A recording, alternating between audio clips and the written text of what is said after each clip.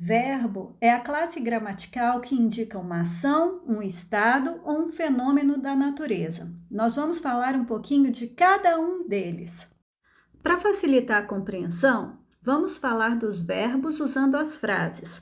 Vamos falar dos verbos que indicam ação.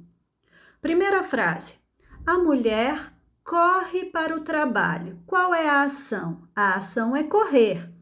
Se a mulher corre, a gente sabe que este verbo está no presente.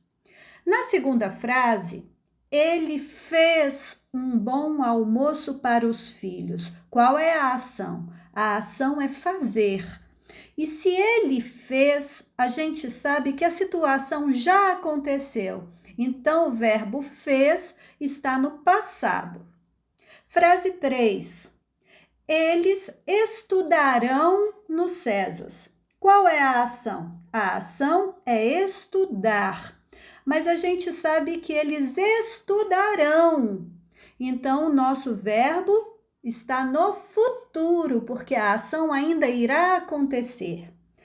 E por último, nós temos elas estudaram no César. Agora, inverteu. A gente sabe que o verbo é estudar. Só que nesse momento, quando a gente fala que elas estudaram, a gente sabe que o nosso verbo está no passado, porque a ação já aconteceu. Agora vamos falar um pouquinho dos verbos que indicam estado.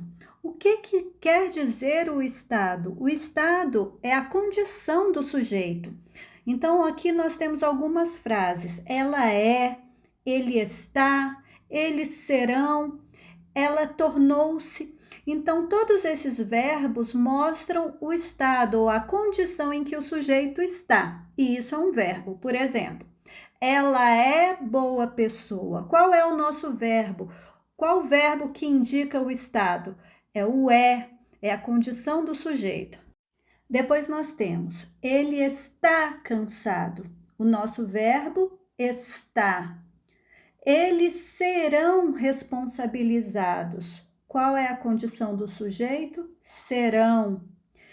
Ela tornou-se quase uma irmã. O nosso verbo aí é uma mudança de estado. Vocês podem observar, ela tornou-se, ela era de um jeito e ela tornou-se quase uma irmã. E por último, temos aí os fenômenos da natureza. Não tem erro. Vamos lá. Choveu muito na serra. Olha o verbo chover, né? Choveu, um fenômeno da natureza. Ventou muito no domingo. Serenou no campo.